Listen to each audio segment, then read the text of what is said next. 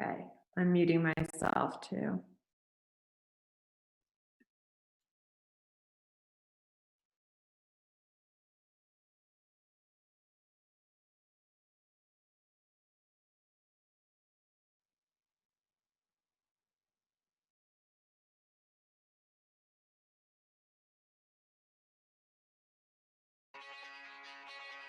Passionate, outspoken, insightful.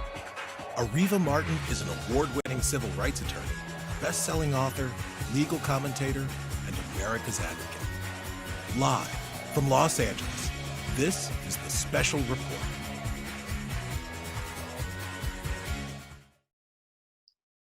Good morning and welcome. I told you on Monday that we were going to talk about cancel culture today, but given the breaking news around police reform, we rescheduled that show for Friday. Today, I wanted to continue the conversation around policing, as the president and Congress have now weighed in on this issue. The Democratic House introduced its police reform bill last week, and yesterday, Donald Trump signed an executive order addressing policing. And just this morning, the GOP led Senate introduced its own bill called the Justice Bill, addressing issues of policing in this country. Now, the federal government has been forced to act after the horrific murder of George Floyd was played out on national TV, and millions of protesters have held sustained protests around the world, now going on over 21 days. The bills from the Democrats and Republicans have major substantive differences, and the president's order reads more like a maybe, kind of, will you possibly reform yourselves, police departments? Reads much more like that than an actual order. My take on these measures and the bills later in the show. But first, I'm asking veteran police officers their thoughts on the problem in policing today and their big, bold ideas for solutions. My first guest is the chief of the third largest police department in the country, with a budget of $1.8 billion and almost 10,000 officers.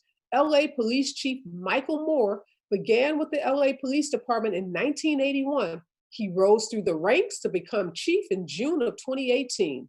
Joining me is Chief Moore. Good morning. Good morning. Chief Good Moore. morning. Thank you so much again for agreeing to sit down with me. This is such a difficult time in our country and definitely in our city of Los Angeles. And I want to ask you first about some of the recent videos that have been played out in the media. First, it was George Floyd. We watched the officer kneel on his neck for that 8-minute and excruciating 46 seconds. And then just over the weekend, we watched in Atlanta a video of Rayshard Brooks, who was shot by a police officer as he was running away from that Wendy's. But I did want to ask you your thoughts about some of these videos that you've seen played out in the media. How can, like, a simple encounter, I'll take Rayshard Brooks, for example, that simple encounter of a police officer trying to determine if he was inebriated or not, how could that encounter go so wrong? Well, that's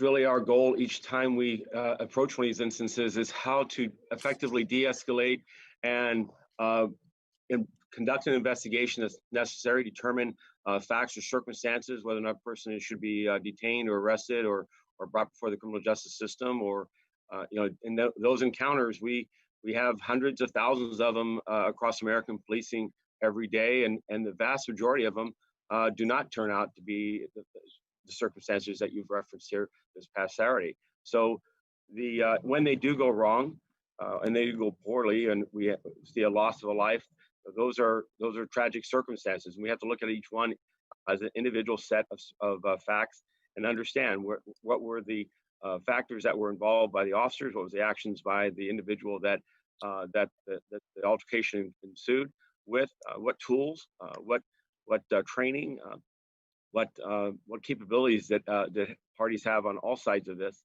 that end up having such a bad outcome. We saw in that case over the weekend that the mayor of Atlanta moved very quickly in calling out the shooting as unjustified and actually firing the officer that fired the shots that killed Mr. Brooks.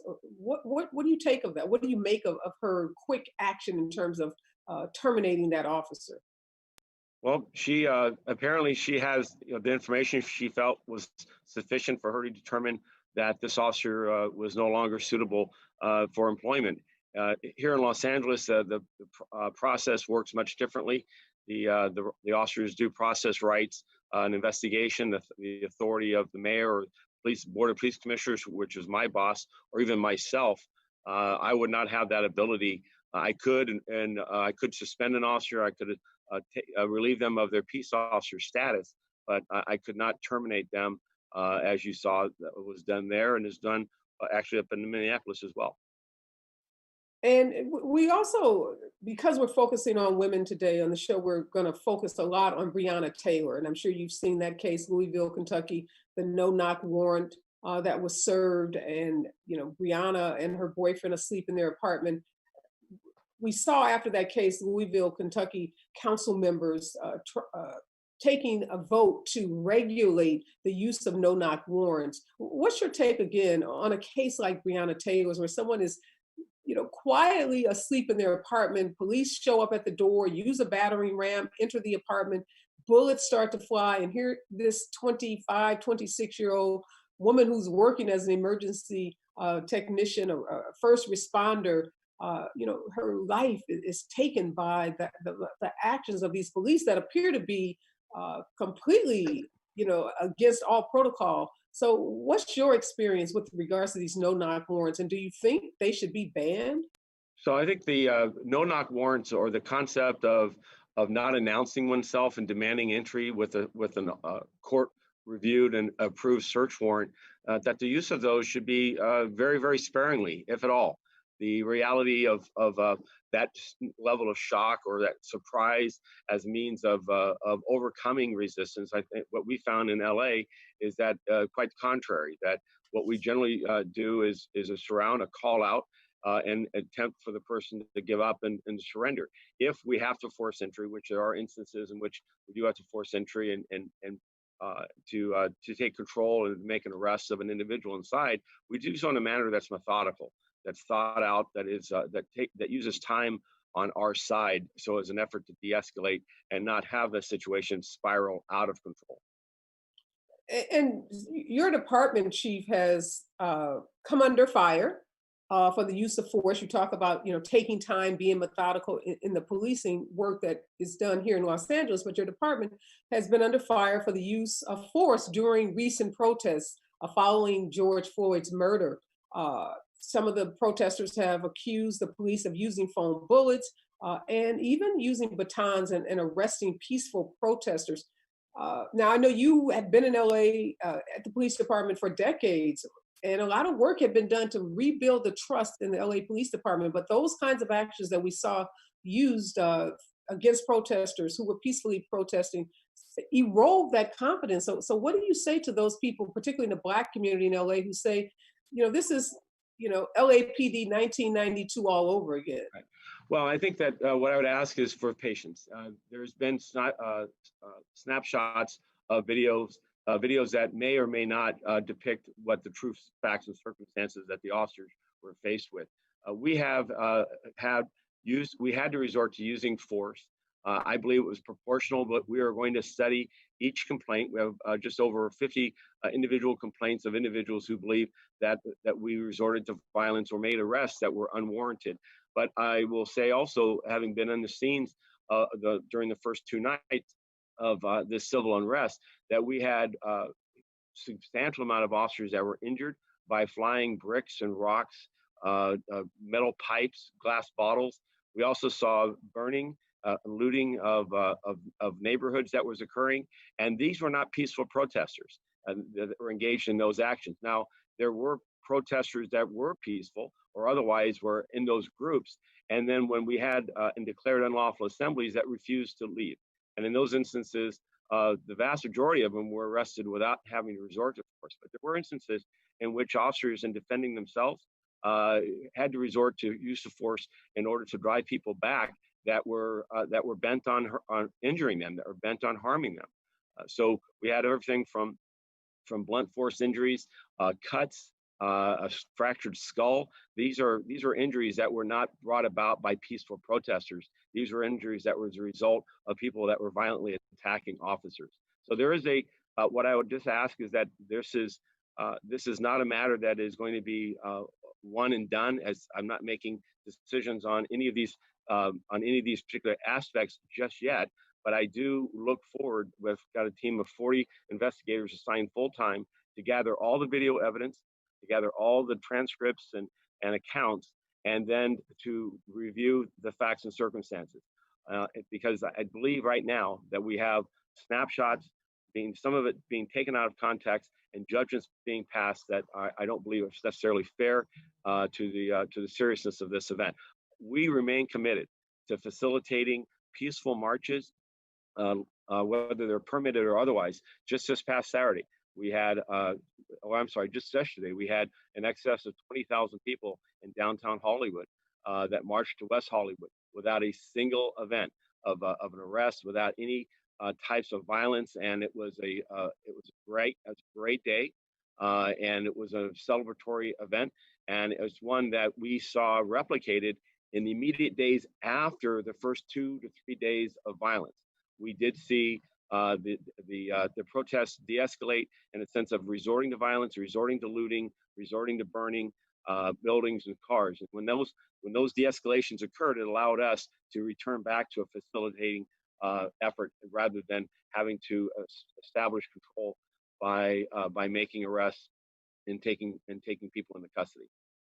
And I don't want to minimize, obviously, Chief, the violence that may have occurred against officers. And if officers are injured, no one wants to marginalize, the fact that officers' lives are important too, and we don't want to see officers' lives lost. But it's hard for the public who's watching this, and particularly those of us that remember 2007, the MacArthur Park protests, where over 250 protesters ended up filing complaints, and over $30 million was paid out in settlements against the actions of the LAPD. And some of us are wondering, why isn't the police better prepared? Why aren't they anticipating better what likely is going to happen after a case like George Floyd gets such national attention? And it's hard to watch when you see batons and when you see police pushing back on protesters. So the optics don't look good for the police. So what would you say to those of us who don't have all the inside information that you may have about the injuries to the police officers, and all we see is overly charged, aggressive policing, while protesters are speaking up against violence by the police? Right. So I think what I would ask is for some patience as we gather all the information and put it in the proper context, not as a matter to sell. If we've made mistakes, if we've had failings on an individual officer standpoint, there'll be accountability for that. But I'm also here to defend the actions of the rank and file that were there to facilitate lawful, peaceful protests, and saw those protests spiral out of control, and where buildings were damaged, cars were set on fire, businesses were looted, and officers were attacked. And we actually saw violence within the crowds themselves, where there were protests that were injured by other protesters. So the matter of that being something that we can control, there is a limit to how much we can control. It wasn't just unique here to Los Angeles, but we saw policing across the country that struggled with dealing with moving from a facilitative role to then having to exact control through crowd control measures that involved force. And many times it involved force in direct proportion to force that was being used against officers. We would want organizers, we would look for those that are part of these demonstrations to step into that void and take control and not allow violence to take over such an important issue. And we saw that in the days after the first 2 to 3 days. We saw organizers and we saw members within crowds that started policing themselves. In fact, I saw that even on Saturday, the day that we're in the Fairfax district. I saw people working the line and trying to minimize and de-escalate those that were within the crowd, that were agitators, that were looking to have a fight, if you will. And so that type of police self-management, self-policing within demonstrations is what we most enjoy. We have worked alongside the National Lawyers Guild for decades, and improving their ability to marshal the crowd's temperament and to shape it in a peaceful way of expression. They can be loud, they can be boisterous, but they don't have to be violent. And when they are violent, it does limit all of our capabilities to peacefully resolve those matters. And Chief, there's a lot of disagreement about what protests should look like and who's in charge of kind of determining what protesters do. So I'll give you your position that police have a job to do, but protesters also have a broad latitude under the First Amendment to protest in a way that they feel honor Absolutely. the But let's be cause clear. that The they're first standing up for. But they I want absolutely to ask you a different no, question. but let me just address that one point. The First Amendment, we absolutely want to see the rights of expression to be guaranteed. That is a founding principle of our democracy, and protest, frankly, is an attribute, a great attribute of our democracy, is one's airs one's grievance, air one's concerns and protests against government. Yet there is a limit to when you start setting fires, you start injuring officers with bricks and rocks and pipes. And we saw that conduct occur over some of these demonstrations. And there is that line that has to be drawn. So let me ask you this, Chief, and you seem to get passionate as any supervisor would when you're talking about your employees, your members being injured. But the public is asking, where is that passion from police when we witness what we witnessed with George Floyd, or we witness what we saw with Breonna Taylor, or now Rayshard Brooks? What makes you emotional? I mean, have you had a tearful moment? Have you had a moment where you've watched one of those videos and you've said, as a man stepping out of your role as police, but just as a human being, as a good citizen, which I believe you are, that this is just too much, that really got to you emotionally? Have you had that moment? Oh, of course, and as every American, you look at times in our history, instances, and you just it can shake you. I mean, it startles you, and it can be disappointing, it can be frustrating, it can be angry. Now, I looked at that video in the immediate days after of George Floyd, and when he was murdered by that officer for 8 minutes and 46 seconds on his neck, and I was disgusted. I was frustrated, and I publicly came out and spoke about that in a very public way, not just in person, but on social media and other platforms to absolutely. It was disgusting. It tarnished the badge, and it brought a darkness out that I'm praying and hopeful that we can, as a country, move through to put on place reforms that change use this as an opportunity for change, for lasting change. And so you see these episodes of violence. You see these episodes of someone being wronged and being wronged by law enforcement, and they hurt.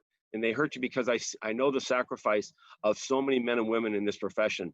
And in fact, in the days after George Floyd's death, and we saw protests and demonstrations around the city, I was with a number of officers that were on the line, and they're crying, they're upset because they're emotionally just torn because they see what they're trying to get accomplished, and they hear people casting broad brushes of indictment against the entire profession. And so there is that passion. The passion exists in support of everyone in our society, that we should have an open society that's fair, that does not have racism and bias, that goes out and gives everyone an equal opportunity to really live the American dream. And those aren't just candy-coated words; those are true matters of belief and passion that we have in this profession of service. So there is the passion to defend our officers from attack, to defend their dignity and their valor that they engage in. But we also know that we have a dark history, and that this badge represents 150 years in law enforcement. And while we have been we've been trailblazers in the sense of 21st century policing, we've also had dark moments and times where officers within our own agency has brought discredit to us. And so that's the balance. No, and I appreciate you for sharing that, that officers have, had emotions and that they've been moved by at least the what they witnessed with George Floyd. But you do understand that it's so difficult for communities, particularly communities of color, to see these as dark moments rather than a systemic culture that exists in policing that has existed for decades, not new to you, not new to the LAPD, but date back, literally decades as it relates to the police's relationship with the African American community. And then you see what happened with Jay Farrow. I'm sure you saw what happened with him. He came forward recently and told about an incident that happened to him in February. This is a famous actor, comedian who said he was pulled over by LAPD, that he, was thrown to the ground, and that he had an experience where it was very similar to what happened to George Floyd, where a police officer literally was kneeling on his neck. So when you hear that from Jay Farrell, and I've had African American men on my show, from athletes to entertainers to high profile individuals, to say we're no different than what people may think only happens to people in poor neighborhoods or in gang neighborhoods. So how do we believe you when you say that the police care about these issues when we keep seeing incidents like the one happening to Jay? Well, one bad example, or one example that has a lasting, searing impression on the mind, and I recognize the starkness of that imagery. But I also see the imagery every day of our men and women who go out and work in our communities of color, that dedicating themselves to form lasting engagements, lasting building of trust. We have programs such as our Community Safety Partnership, where some of the most previously violent prone areas, in which officers are assigned in those areas for as long as 5 years to learn, to get to know the people that live in those neighborhoods, to partner with them in building not just trust, but in building safety and resilience of that community to overcome the challenges that have many times plagued those communities for decades. So those engagements, and sometimes it's a cop and a kid, and other times it's a family member, or maybe it's an adult or an elderly person that we're going out to do to find groceries for, to help them with their prescriptions, to cover a problem or a challenge that they have in their neighborhood. That's not a policing matter, that's a human matter. It's a matter of us demonstrating that our commitment is to see everyone live in a community that's safe, that's comfortable, that allows them to enjoy the city of angels. So those engagements occur every day, and they occur countless times. And of course, they don't sell papers, and they don't oftentimes lead the news, or people find that type of conduct is something they're drawn to watching. We as a society, have major continued challenges with racial equality, with finding opportunities for everyone to thrive. And in today's time, with COVID-19, this pandemic, the economic depression that we're just coming into the midst of, those challenges are going to continue. What I know as a police professional is that we have a role of that can build us through this together. That we can work together, and we remain. This morning, the sun came up. The sun came up this morning for an opportunity for us to take a step forward in a productive way that builds relationships, that builds trust in communities. And to the public that has, a cynical eye, or looks at us and with jaundice, believing that we can't do that type of hard work and that type of engagement, I would just ask, give us a chance. Extend a hand. We're extending ours, and we need to work together for the safety of our city and for the wellness of the generations to come. Well, and I'm glad you talked about giving you a chance, because, recently, Chief Moore, you came under fire for comments that you made at a podium at City Hall before reporters. You made a comment that some interpreted that you were comparing looters. You said looters were as responsible for George Floyd's death as were the Minneapolis police officers who kneeled on his neck. And following that comment, I know you did walk it back, but that kind of comment led to hundreds of people, if not thousands, in LA calling for your resignation. Do you think that was fair, that it was fair for people to take that comment and say, this is Daryl Gates. This is LAPD 1992. This is a throwback to the brutal and violent past of the Los Angeles Police Department. I think it was fair. The reality of my apology immediately after I misspoke, and I did at that same podium minutes later come and address it and clarify and just correct myself and apologize for making that mistake, that error. And I said later that evening that I recognized that my apologies, that there'd be those that wouldn't accept it. And I recognize today that there still may be those that wish for my retirement or for my resignation or for me to be removed from my office. That those are, people may have those beliefs or those assertions, and I respect them. And I would just ask that as we move forward, that I be recognized for my book of work, what I do each day, what I've done throughout nearly 4 decades of service to the city, and that I make mistakes. I'm a human like everyone else, and I would hope that my life's definition would not be in the utterance of one sentence in a time that was that it was a mistake. But having said that, we're moving forward. We're moving forward with a workforce that has strived to see that Los Angeles be the safest big city in America. And we're in a period now where our credibility, our standing, our partnership, our genuineness of us wanting to be a partner in Los Angeles is under a great deal of question and scrutiny. And with that, I will not suddenly be dismissive or just ignore those challenges. I think we're leaning into it to understand it, and it asks to be understood. And whether it be our actions on a protest line or our actions in an arrest of a single individual, I think that what I know we're doing is asking for us to have a conversation to understand what the consequences could be as far as and what our challenges have been and what our efforts have been to address these injustices that have existed.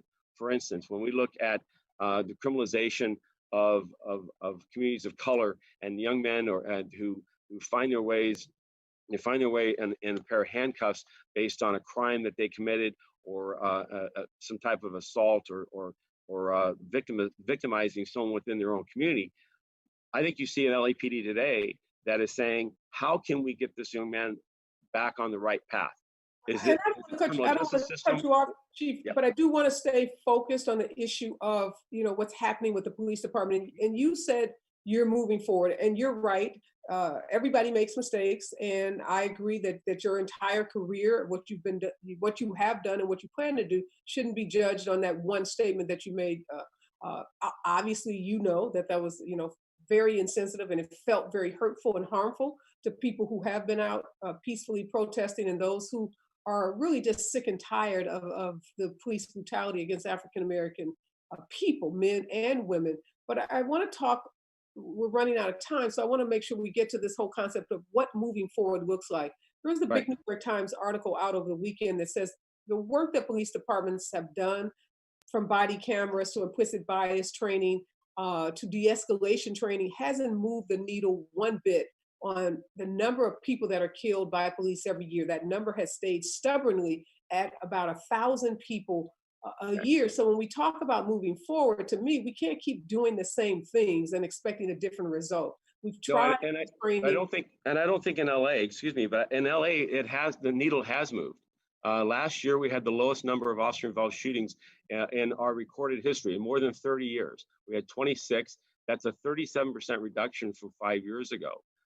You see efforts of de-escalation, of tighter accountability with our use of force policy, with tools and training of our people that has improved, with implicit bias training and development of our workforce, that procedural justice and fair and impartial policing are cornerstone values, preservation of life. These are not just terms. If you say things are improved, why are hundreds of thousands of people taking to the street, not just protesting against the Minneapolis Police Department, but one, calling for your resignation, and two, calling for the dismantling of the entire Los Angeles Police Department, even to the point where the mayor agreed that $150 million of the police's budget should be reallocated to community efforts. So I hear you when you say there's improvement, but clearly the community doesn't feel like this is a police department that has responded to the Again, needs of this community. I believe progress has been made. Is it enough? No, we'll continue to need progress. I believe this is a movement that we're in the midst of, that we can improve on accountability, that we can give chiefs of police more power, for instance, here in Los Angeles, to be able to remove problematic officers. I believe that this is a time for us to ensure that we are doing community engagements and building trust and activities. It is also an opportunity for America to look at policing and ask itself, do we have police involved in too many activities? Dealing with people with mental illness, for instance, the mental health system in America is in shambles. It is one, in my view, one of the ugliest aspects of our democracy is that mental health professionals at night is either police or firefighter. And that should not be the case. We should have outreach and engagement by mental health professionals that can deal with many of the challenges that now result in a 911 call. And we see snapshots of that in policing in various parts of the country. I'm proud here in Los Angeles, where we have had clinicians working alongside officers in our what we call SMART teams to go out and have and work effectively with persons experiencing mental illness in order to find alternatives than just the use of law enforcement. So there's progress that has been made. What we talked just a moment ago was that seemingly we're stuck. We're just stuck on stupid. We're not actually moving. And that issue in American policing, about 1,000 people dying each year as a result of police use of force, deadly force. And in Los Angeles, those numbers are not the same. We have seen declining numbers of having to resort to deadly force, and I believe it is an attribute of seeing the policies that we've been adopting. You do understand, Chief, and again, I have to just interject here. You do understand that as you talk about the numbers increasing, and you have every right to point to those numbers, but we continue to see these cases like a homeless man who was beaten by police, caught on videotape. I just, gave you the example of Jay Farrell, who was accosted by police. So when we continue to see those incidents, I don't think we can just say they're one bad apple or it's just one bad police. They point to some structural issues, the way that police, including Los Angeles police, not just police in other parts of the country, treat African American men and women. And when they come into contact with these men and women, we have to acknowledge these structural issues, these cultural issues. And I guess I should just ask you, do you think racism, is embedded in the way policing happens in the Los Angeles Police Department? I think there's aspects of racism in all of our society, including policing. We hire from the same communities in which we police. And so the idea that we're immune from having people with prejudice or bias, we select carefully. We study hard the character and the values of individuals that we hire, and then we work hard to keep those employees well and to keep them emotionally healthy. And yet we also have instances in which bias and prejudices, I believe, do set in.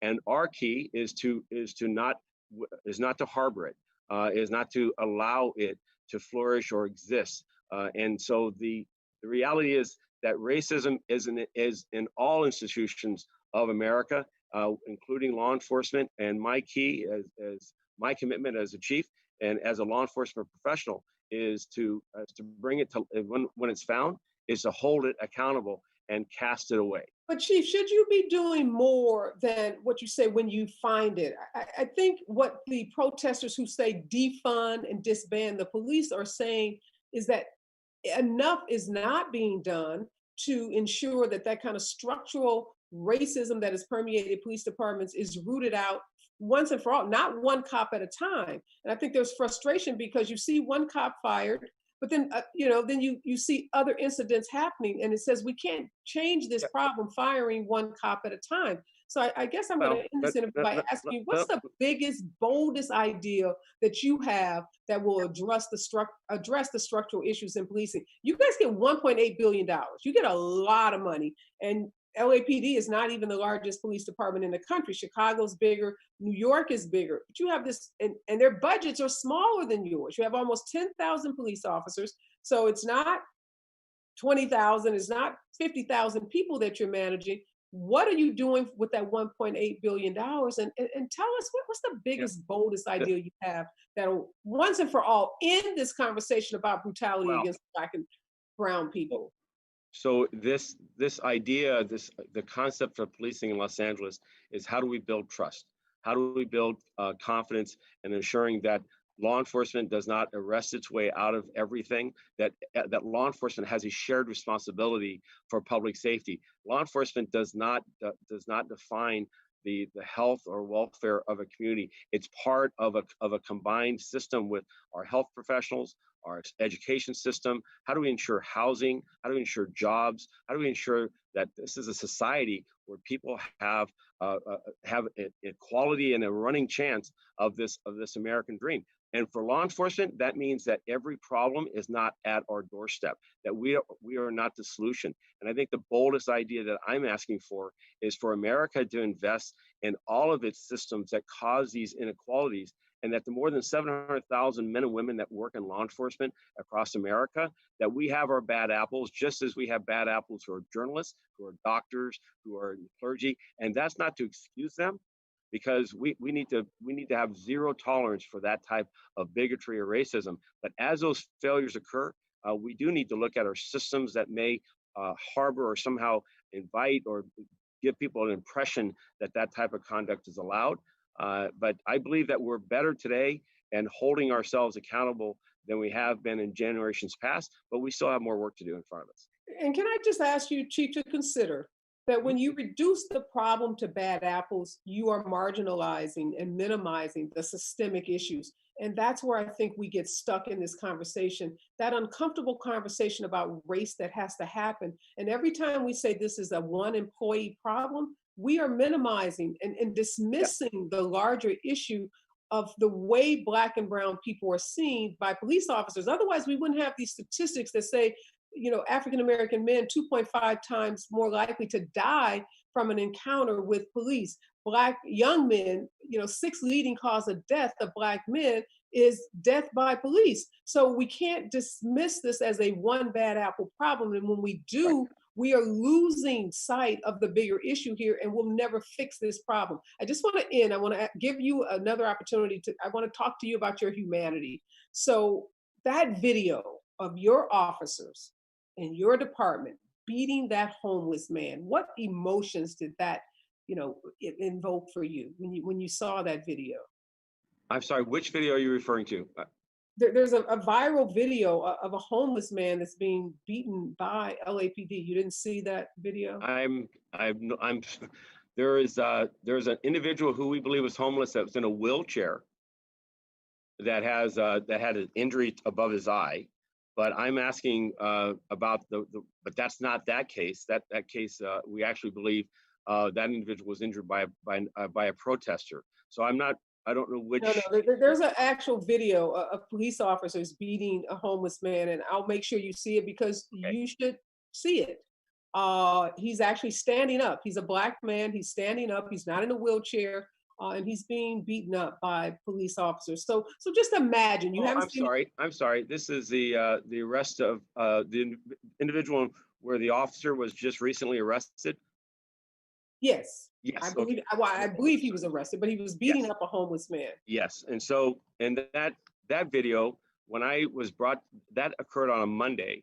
And that night, I just want to ask you your emotions. I don't want to talk about the procedures of it, what happened, the arrest. I just want to know, as a human, when you see people that you supervise engage in that kind of conduct, does it make your blood boil the way it makes our blood boil, those of us who are citizens? It was frustrating. It made me angry and upset. And it was, and as that case was immediately brought before the district attorney's office to allow them to what they did, file felony charges against that officer for his excessive use of force, unwarranted.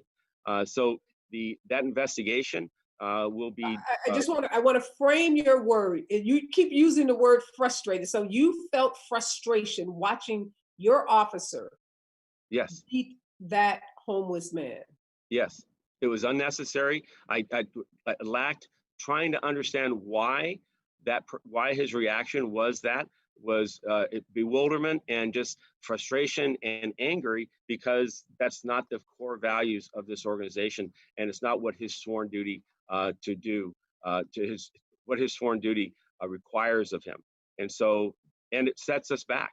It sets us back because it does paint the entire organization with that type of abuse and misuse of authority.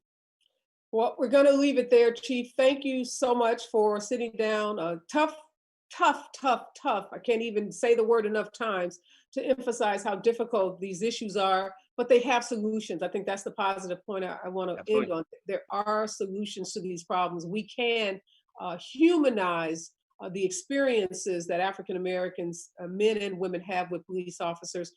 I don't know if we're there yet, but I'm hopeful and optimistic that we will get there. And again, thank you for sitting down with me. And you have a great day. And I'm sure we'll be continuing this conversation as these issues continue to be talked about and discussed.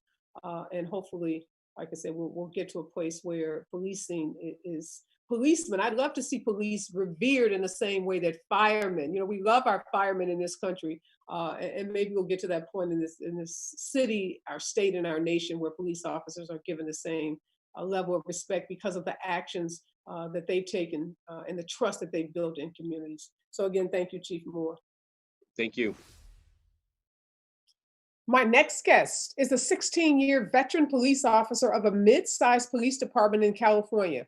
In addition to being a police officer, he is a police reform advocate and executive board member of the American Society of Evidence-Based Policing. He holds a doctorate degree in organizational leadership. Joining me is Dr. Obed Magni. Thank you so much for joining me, Dr. Magni. I just want to Good morning. talk a little about what's going on in the country. But before we do, you've been a police officer now for 16 years, right? Yes, ma'am. And you currently are an active patrol officer with a large city in the state of California. Is that correct? I am. So when I think about what's going on in the country and think about police officers, you being an African American male yourself, how does everything that's playing out in the national media, from Ahmaud Arbery to Breonna Taylor to George Floyd and now Rayshard Brooks, how does that make you feel as a Black police officer that I imagine is a part of a larger department that is not predominantly African American? Well, there's a lot of moving parts here. So, on the one hand, you've got policing being held accountable and, under the microscope now with a lot of the things that, police have always wanted when it comes to, reform measures and so on and so forth. You've got the other aspect of, trauma and generational trauma since way back in the days of slavery, and people not holding the institution of policing to a standard where they find it legitimate, especially in our Black communities. So you're starting to see a convergence of all of those things. Right, but let me just stop you, Dr. Magni. I just want your visceral reaction. So we're going to talk a lot about what's going on, and we can dissect it from a clinical standpoint. But I Mm. just want to know, as a Black man, what do you feel when you see these images that have been portrayed in the media, these high-profile murders by police officers? Well, it's troubling. It saddens me. I've got a lot of emotions because, you have incidences that are happening, whether you're talking about the Ahmaud Arbery situation or, some of the other situations going on in the country. And, you know, I do what I can to be very effective at my job and do what I can to, help increase, legitimacy and trust in, not just my communities, but in other communities also. And I know that I speak for a lot of Black officers. We're kind of like stuck between a rock and a hard place because, you'll have some members of the community who will call us Uncle Toms or sellouts because we work for the police department and they don't know anything about us. And, because we wear the uniform, we represent the institution of policing. And so we still can't abandon our day job, so to speak. We still got to go out there and do a good job, keep communities safe. And, it's kind of like that pickle because we sympathize with our communities, as Black folks, but we also understand that, public safety is important and we got to make sure that we do a good job in, maintaining that public safety stance. So it's, for me personally, just too many emotions, to be honest with you, because that could be me. And I can tell you, I've had situations like that's happened to me before, even as a police officer, on duty and off duty. So, I can relate. And so I just do the best that I can, from my standpoint to help change the situations that we have going on right now in America. So take us in, Dr. Magni, into a police department. Again, you work for a large city police department. Take us inside what it is like, because for those of us on the outside, we can't quite comprehend what goes on in those departments, in those squad rooms. What's the banter? What's the chatter? Like what's the water cooler conversation that's happening when these high profile cases are being played out in the media? Well, I could say, not just in my situation, but just about every police department, there's this feeling of, being vilified and, viewed in a negative standpoint. And I'd be the first one to tell you, there's some things we can do better in policing. I'll be the first one to say that. But, you have the officers that are out there, the ones who are really doing a good job, those who do extra work, who do community service on their days off. It's we understand the frustrations and we sympathize with the protesters, and we support peaceful protests and all of those things. But sometimes we understand where people are coming from, and this chatter of, hey, change is coming, what does it look like? I know that one of the issues is that we're not at the table in some of these reform changes or these talks of reforms. So it's kind of like officers are feeling left out. And so that's kind of like what. How that feeling of being left out, how is that impacting the morale? Would you say right now that the morale in your department is that an all-time low, or how would you define the morale? Well, I think morale is. I'd be lying to you if I said everybody is happy and excited about what's going on. I think in any situation where you have people who are looking at you in a negative light, that don't know you personally or anything like that, and they just see what you represent because of the uniform. We're doing the best that we can. I know that a lot of guys out here are working 12-hour shifts. I mean, during the protests, there were officers working 12-hour shifts for like 10 out of 12 days or 12 out of 12 days, and didn't get the chance to see their families, or if they did see their families, it was via Zoom or FaceTime. And that takes a toll when you think about it, physically, mentally, emotionally. Anybody who could say they could just withstand that and not be affected by it, would obviously not be telling the truth. So, there's a lot of wear and tear going on. And, at the same time, we still got to be professional. We still got to go out there and do a good job. People need our help when it comes to 911 assistance. And, we go out there and do, the best job that we can.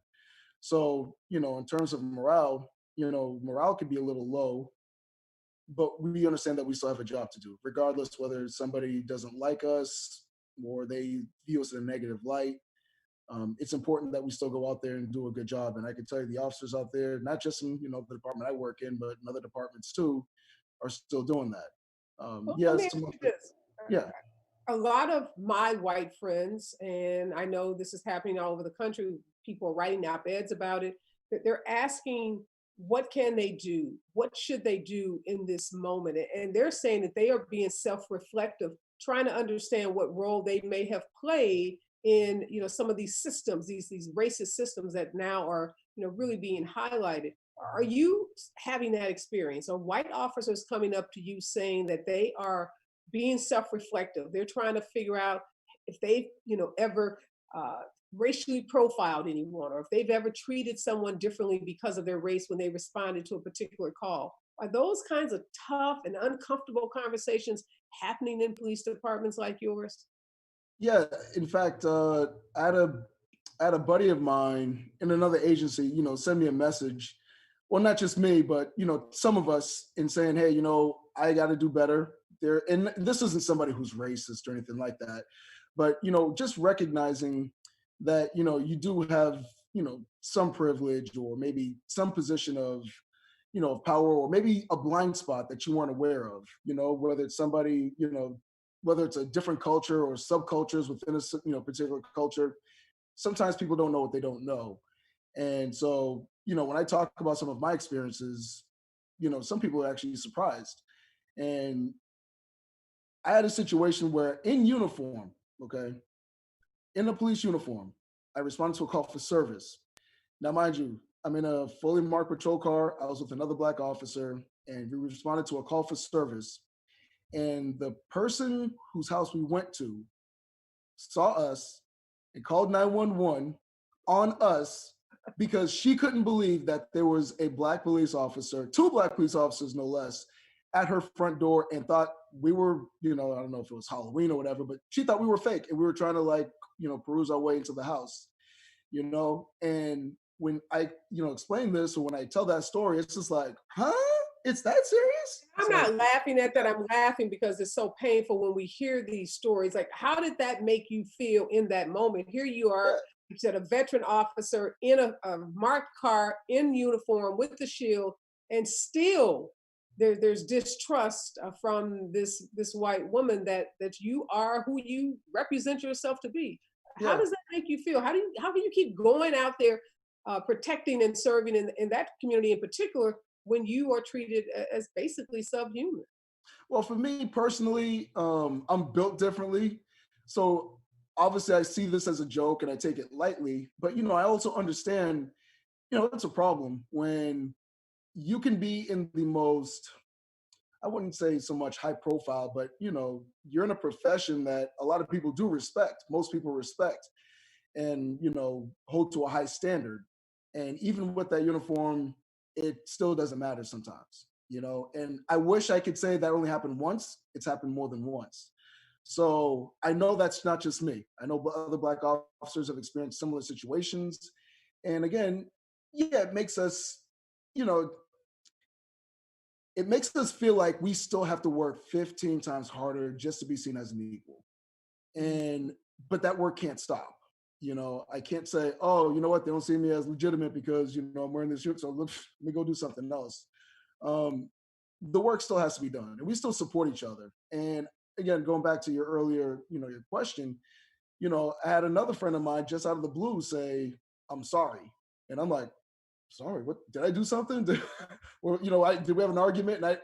And this person was like, no, I'm white, and a lot of this stuff going on with black folks is something I've never really experienced or whatever. And, there's some people who vilify I just want you to know that whatever it is that you're going through or you're experiencing, I'm sorry, on behalf of, my white friends, or, and that kind of stuff. So, totally unexpected. I was like, no, you're good. This is, you know, we're wrestling and we're going through these uncomfortable moments as we're growing and moving forward. So I'm There's going to issues. Yeah. No, and I'm glad to hear that some of those uncomfortable conversations are at least happening in your department. I want to move on though and ask you about some of these cases that again have us all so puzzled. Rayshard Brooks in particular, we all witnessed that video. We've watched it over and over again, and we can't for the life of us understand how that very compliant, uh, non-violent, non-criminal interaction ended up with this man being murdered by the police as he is running and fleeing. You've been, I'm sure, in situations where you've had to respond to calls similar to the call that was made regarding Rayshard. How could that go so badly so quickly? I can't. So this is this is part of a bigger issue in policing. So we have about 18,000 police departments in the United States of America. And with the 18,000 police departments, you've got 18,000 different policies, 18,000 different procedures. What one agency may, what may be culturally normal, or what may be the norm because of some procedure in one organization, may not be necessarily normal in another organization. So I'll give you an example. So in a situation like that, one organization you know what, there's enough discretion. Officers will be like, yeah, you know what, you can sleep it off in the car. But you may have another organization where it's like, hey, you have to do a DUI evaluation. So one organization's policies and procedures do not dictate another organization's policies and procedures. But even if they told you to do a DUI investigation, is there any police department in the country that would tell you when a man is fleeing that you should fire a gun versus running after him or perhaps calling for backup? Would that be acceptable in any police department? And again, I can't speak for Atlanta because they may have they may have a policy and procedure or training in place where that may be appropriate. And obviously we can watch the video and we can Monday morning quarterback, from here, till kingdom come. But I don't know that if I were in that situation, that would have happened.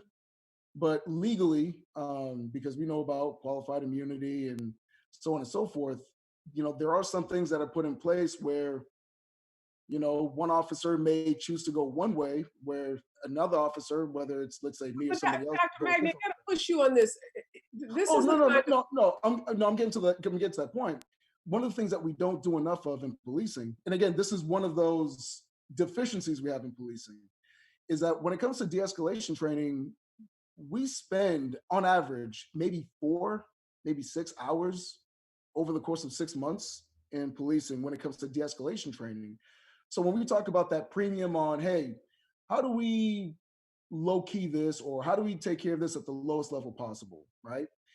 That's something that we don't do enough of in policing. So, we could say on the other side, like, hey, it'd be easy for those guys to just be like, hey, why don't they just talk to him, maybe get him a ride, or maybe a friend will come pick him up, or maybe they can give him a ride to his home and he can sleep it off and he can come back and get it the next day.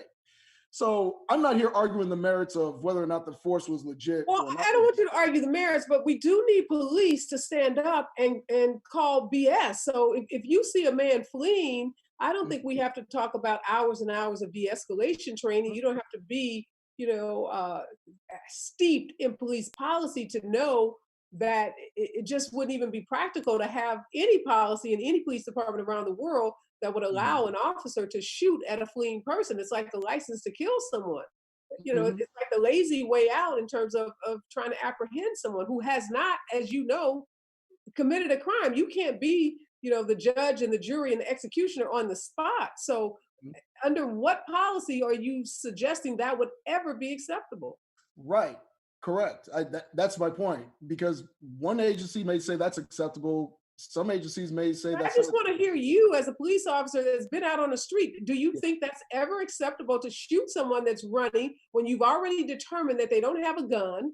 You know they haven't committed any crime other than perhaps being drunk, and they're parked. So they're not even drunk and driving. They're just sitting. They're in a stationary position. Is that ever acceptable? No, I don't know that shooting somebody in the back running away is ever going to be acceptable. That, to me, again, I don't agree with that situation. If that were me, that man would be alive. Period. And that's, I think, what we have to get if we're going to ever solve some of these problems. We've got to have police. You say you're not at the table, but if you come to the table, you've got to be able to call shots the way that they are. You can't tell us, and I feel like that's what's going on. A lot of times I listen to these police on TV and they talk about all this discretion, but some things have to be pretty black and white. Like, you don't shoot at someone when they're running away. You may be mad at them, you may be upset, you may want to arrest them, but we have to start with some pretty basic things, like you don't get to shoot someone simply because they don't comply with a command or an order that you give them. And that's, I think, a lot of these cases we saw with Walter Scott. He's running away. Now, you can argue about whether you should run from the police. And I've had people on my Facebook page say, well, just tell these Black men not to resist. Well, okay, that's a little hard to tell given the history of policing and interactions with Black men, and when Black men died 2.5 more because of encounters with police than whites. So you're not going to be able to convince a Black person, I think, at this point, not to run because they're so fearful and the history is so negative. But running from the police is not the kind of crime. I don't even know if it's, right. It's not the kind of offense that should end in the loss of your life. And we just have to agree to that. Oh no, we agree 100%. There's no disagreements there. One thing we do have to point, though, and again, I'm not saying this is right. When the gentleman was running away and he turned around and pointed the taser at the officer, you, again, the officer's gonna have to articulate this, but I've been tased before in the academy, right? And when I'm tased, I'm incapacitated. I can't move. I'm totally vulnerable. So it's possible in the officer's mind. Again, I'm not making excuses for him. I want to make sure people understand, you got to look at these things holistically. And if I'm tased and incapacitated, you can come up to me, take my gun, you can punch me, kick me, whatever that is. Now, sometimes we do wear a vest. I always wear my vests. I know that other officers wear their vests. So there's a possibility that maybe the probes, Well, even what's if the they likelihood, and I don't want to get too in the weeds on this, no, we have yeah, so much to talk about, but the likelihood of that happening when there's yet a second officer there, so you're not even there alone. So right. that argument would make a lot more sense, I think, if you were there alone, but you got your second officer there. So to the extent something like that was going to happen, you had some kind of backup. But I don't want to get too in the weeds on that case. I want Sure, to ask you sure. about George Floyd. Of Mhm. course, that's the case that has ignited the nation with, worldwide protests. And we see this officer again, Derek Chauvin, his knee on the neck of George Floyd, 8 minutes, 46 seconds. And as disturbing as that is, equally disturbing are the three officers that are standing around him who do not intervene. So again, what is the culture of policing? And I know there are policies against 18,000 departments that may be different, but what is ingrained in officers that would allow those three officers to stand there, listening to Mr. Floyd say he can't breathe, listening to the bystanders crying out for help, and what would cause them not to intervene in that moment? So a couple of things. So I'll say this. I'll say this from the outset. The institution of policing disincentivizes innovation, dissent, speaking out, all those things. And if you've ever seen the documentary Crime and Punishment, you see it up close and personal. If you're somebody who speaks up about, hey, this isn't right, or hey, you know what, we should probably do something better, or there's a better way of doing things, you're pretty much becoming the black sheep in your organization. And one of the reasons why, our organization, the American Society of Evidence-Based Policing, was created was because a bunch of us cops who saw some of the deficiencies in policing, who wanted to see those changes, had to create an organization where we had to infuse research and evidence-based practices and so on and so forth. So in this situation where you have George Floyd being, murdered by, former officer Chauvin, two of those officers only had, they were only, one was on day 3 and one was on day 4. And in fact, one of them said, hey, we could turn him over, right? And Officer Chauvin said, no, we're going to stay right here. So you could see in a situation like that, maybe those two officers are like, if we step in, and I'm not saying this is what their thought process is, I'm just saying You many see of us in policing play have seen this so many times. He steps in or pushes the officer away. Now that officer knows, because he's on probation, he could be released for just cause for anything. So 2 weeks down the line, maybe his boots aren't necessarily 100% shiny. That's reason for the Minneapolis Police Department to get rid of him. And so because we've seen people's careers, and I'm not just talking about, in the crime and punishment situation, but around the country, people I've known have been demoted, they've been fired, others are in litigation because they've done those type of things. Mm. So So you're saying culturally, the culturally, culture this in is a normal, policing it does culturally, not incentivize, or doesn't, well, different word, doesn't even tolerate dissent or intervention in cases even as severe as the George Floyd's case. correct. So if you want to promote, you want to go to that specialty unit, you're not going to get it because you were that guy or that gal You that better keep your decided to, mouth closed. It's basically correct, the correct, don't correct, speak out against the correct. fellow officer, even if you see that officer engaged in wrongdoing. Exactly, exactly. Okay, That so and that is and the that is reason more. go I'm ahead. sorry. I was gonna say that's more prevalent than people realize. So And thank you for being honest about that, because as we talk about reforms, we can't talk about training and de-escalation without talking about that culture that you just described. That we can train you for hours. We can increase that de-escalation training from 4 hours to 4 months, or as long as someone deems it necessary. But if that culture is still such that you cannot speak up. You can't, call out the bad cops without suffering retribution. No one's going to do it. So that I think that's what's so frustrating for activists and protesters are saying, look, guys, we can train, we can do implicit bias, we can do de-escalation, but we've got to get to the core of this. And I want to ask you, I had the chief of police for the Los Angeles, third largest police department in the country. He's a guest on this show, and he says that it's the bad apples. And if we get rid of the bad apples, we can basically solve this issue. He says there's some other things. I don't want to oversimplify his response, but he kept making references to these bad apples. Is it your notion that all of these problems in policing come down to there being some bad apples?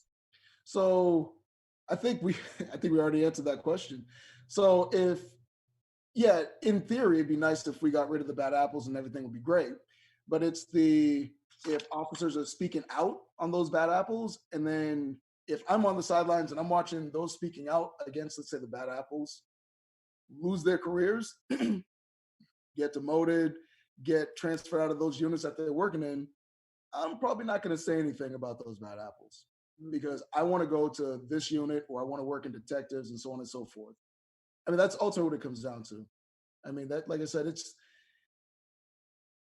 the organization that I was part of that we created was to combat the bad apples scenario.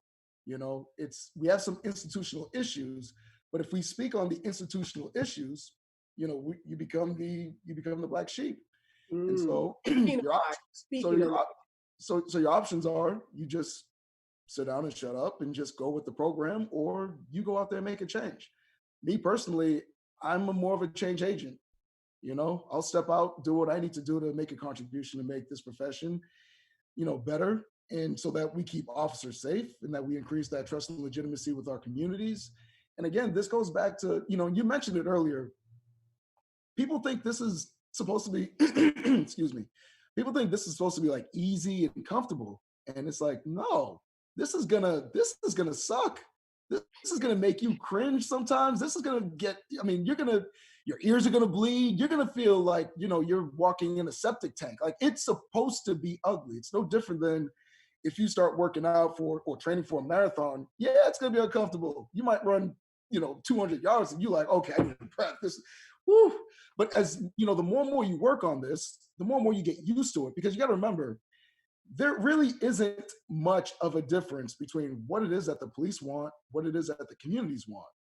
Everybody wants everyone to be safe. I don't know if I agree with you on that, Dr. Magni, and I think the protesters would disagree and say that the police want to control and dominate. And we heard President Trump say that officers should go out there and dominate the streets and dominate the protesters. And what we hear African Americans say in our communities in terms of over policing is that police want to come in and dominate our lives in a way that is not what we want. So I don't know if we want the same things. And I would think the recent spate of killings of African Americans say we don't want. We don't want to be, subordinated, subjugated, controlled by the police. We want to be treated as humans. We want our communities. When I had a white law enforcement expert on say that if someone got that call for George Floyd and they went into a affluent white neighborhood and it was a white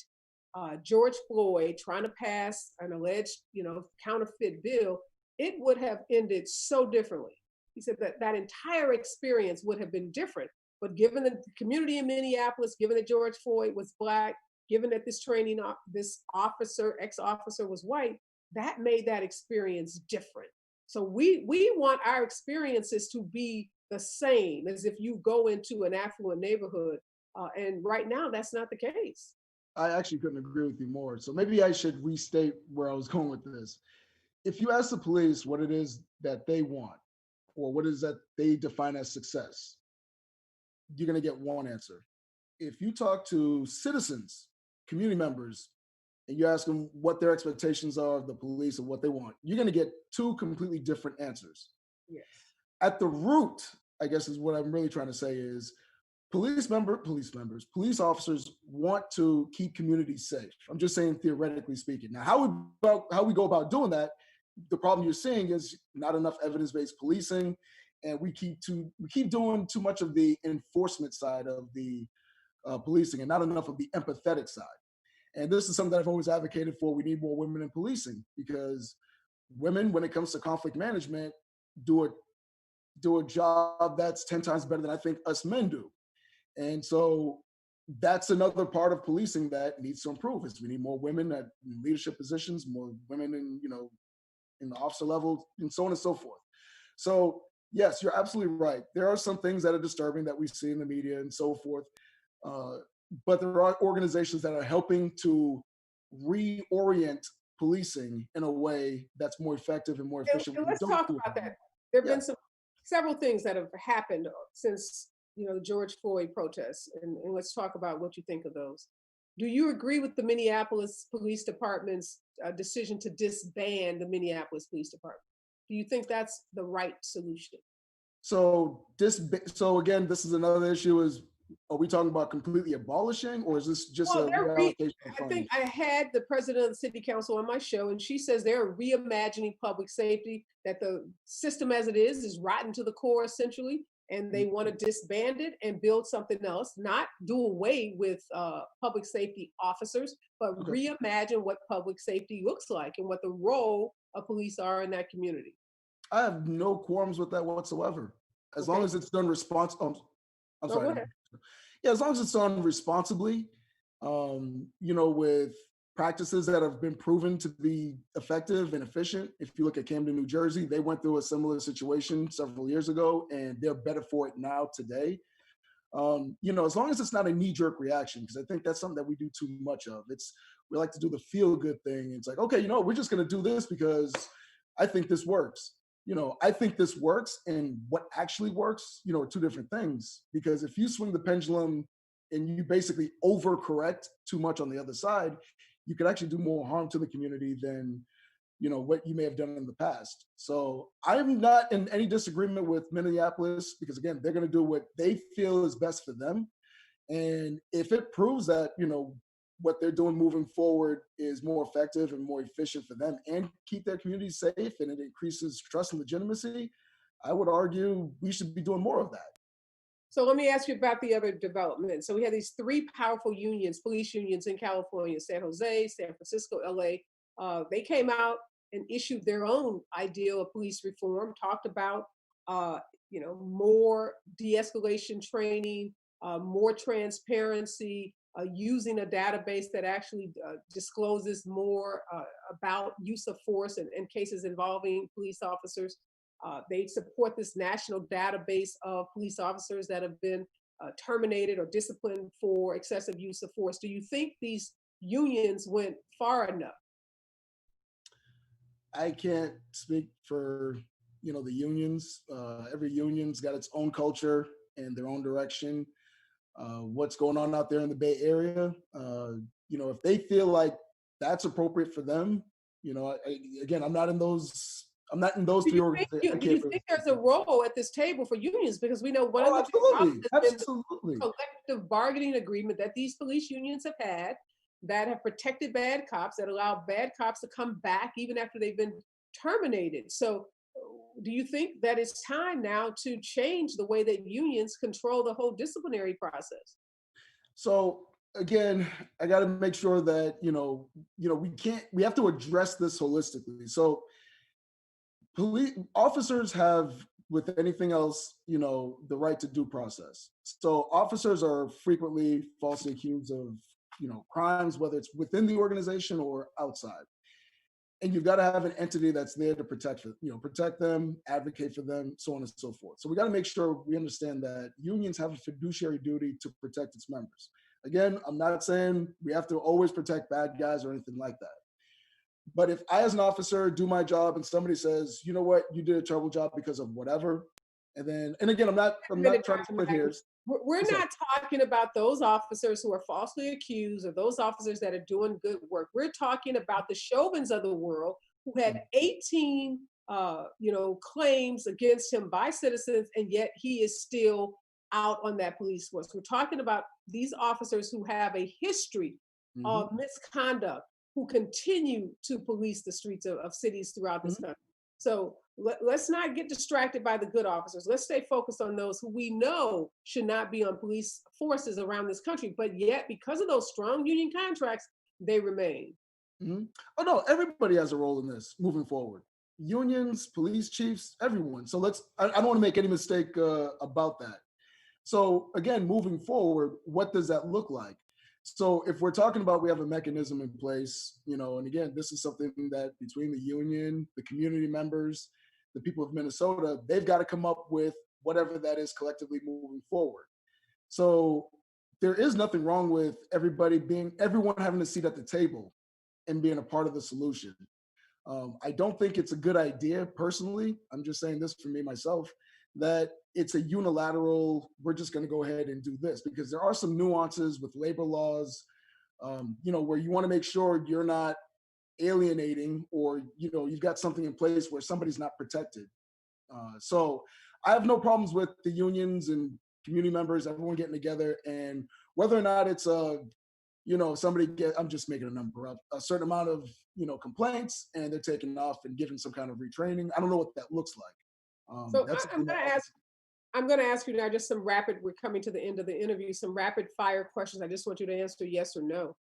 Do you think that Donald Trump's proposed executive order around police reforming is the right direction for the country at this time? Yes. Do you think that reallocating millions of dollars from police budgets the way that LA and New York have proposed is the right direction for police reform? I'm sorry? Yes. So you think reallocating. Do you agree that systemic racism is one of the biggest problems in policing today? Yes. And would you agree that some police departments, and maybe many more than those that have been identified, need to be completely dismantled and rebuilt? Can you define dismantled? Start over, like Minneapolis. Like Camden, Minneapolis, or like that the model? Camden model. No, I think it's definitely worth a look. So my last question for you then is what's the biggest, boldest ideal you would have, or that you may have now, that you think is the answer to this huge problem we're facing in this country around policing? Well, the good news is that question's already been answered, and we've been answering that question for the past 5-6 years. So with us, the ASCVP, other organizations like the Center for Police and Equity, the National Police Foundation, the NIJ Lead Scholars Program, NIJ with the the National Institute of Justice, which is the research arm of the Department of Justice. You already have scholarly practitioners doing a lot of this work on changing some of the things we have going on in policing today, as we speak. And we've been But I just want your one big, bold idea. What's the one thing that you think should change? We need more evidence-based policing in policing. We need more research and science to institute policies that we know work, that do no harm to the community. That's what we need. Okay, we've got to leave it at right there, Dr. Magny. Thank you for sharing some, your morning with us and really giving us your insights on what's happening inside police departments. And I would imagine the conversations that are happening at your department are hopefully happening all over this country. These aren't easy issues, and there's no one right solution. And I hope that we can push past kind of the conversations we've had after the Mike Brown shooting in 2014. We get really close to making, I think, some significant progress on these stubborn issues of racism and policing. And then we pull back and we revert to the familiar, which is training. There's a New York Times article, I'm going to send it to you, that talked about all the things that happened after 2014 and all the money that was invested in police departments in a lot of the same things that we're talking about now, and how that didn't move the needle one bit on the 1,000 people that are killed by police officers across this country, that number has been very stubborn and hasn't been reduced at all, despite implementation of so many of the same measures that are being talked about today by Donald Trump and his executive order, and some of the other reform measures that, quite frankly, for protesters and a lot of activists say just don't go far enough. But again, thank you. And we'll be talking with you. All right. Thank you. All right, bye-bye. Wow, these are critical conversations. And as you can see by both of my guests, they're not easy conversations. So I want to thank my guests for joining me again. Thanks to our sponsor, Special Needs Network, and to my production team for helping us have this kind of conversation at this critical moment in our history. Before I go, I have to comment on the interviews and the breaking news from today.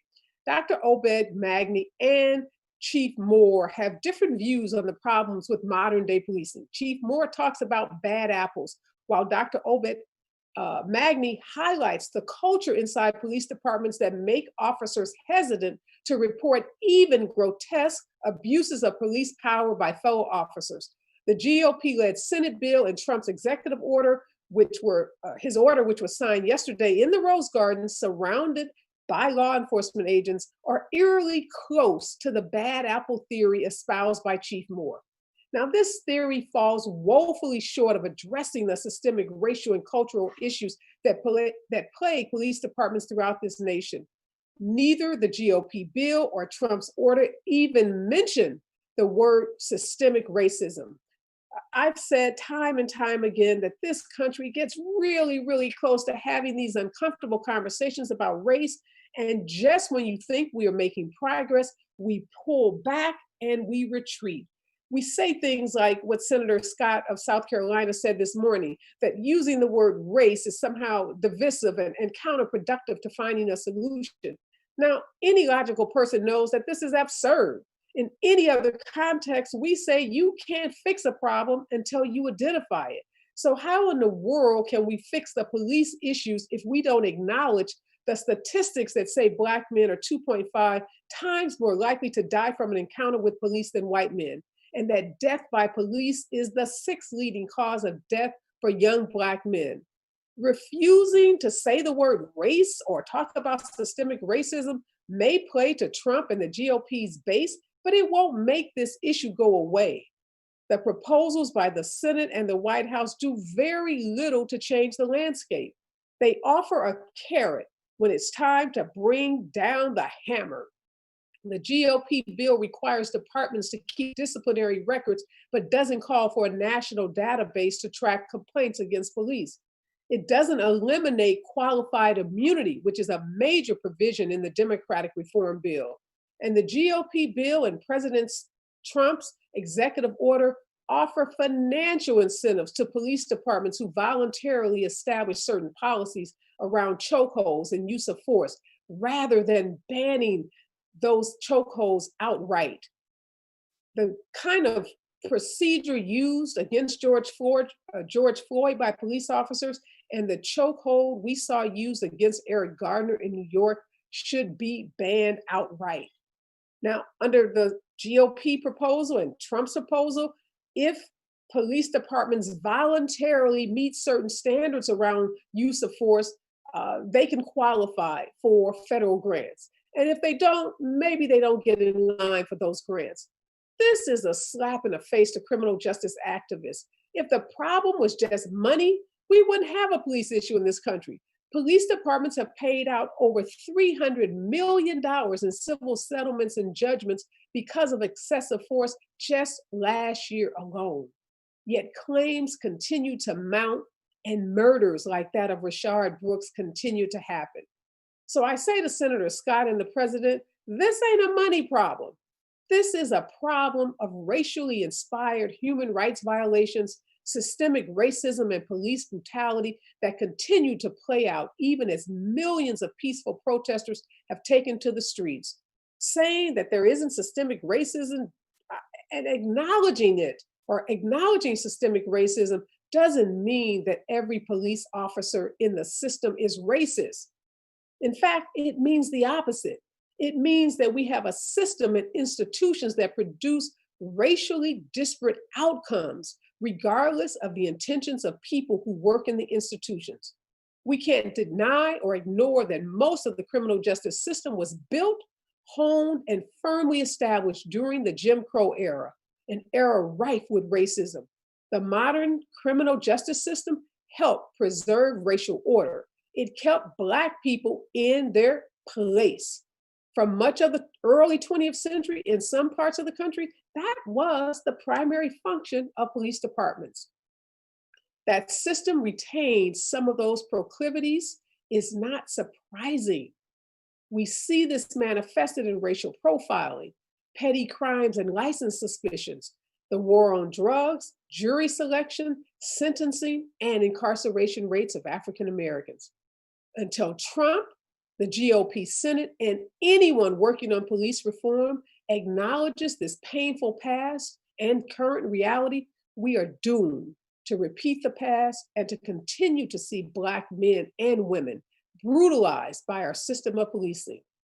And in the words of my good friend, Senator Cory Booker, we have to ask this question: how many more Black people have to die before we are willing to act?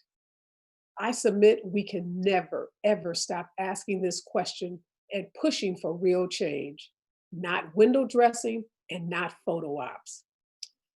Y'all, I will see you on Friday at 9 a.m. for our show on cancel culture. Have you ever said boy bye to your Facebook friends that refuse to support the removal of Civil War statues or support Black Lives Matter? Well, I'm going all in on cancel culture with my Hot Topic show on Friday. From Gone with the Wind to statues of Robert E. Lee, and now even Aunt Your Mama is on the chopping block. It's time to defriend, or is it time to defriend, or has the PC culture gone too far? We're going to be talking about all of that on Friday at 9 a.m. on the special report. Be safe out there, and remember, we are in this together.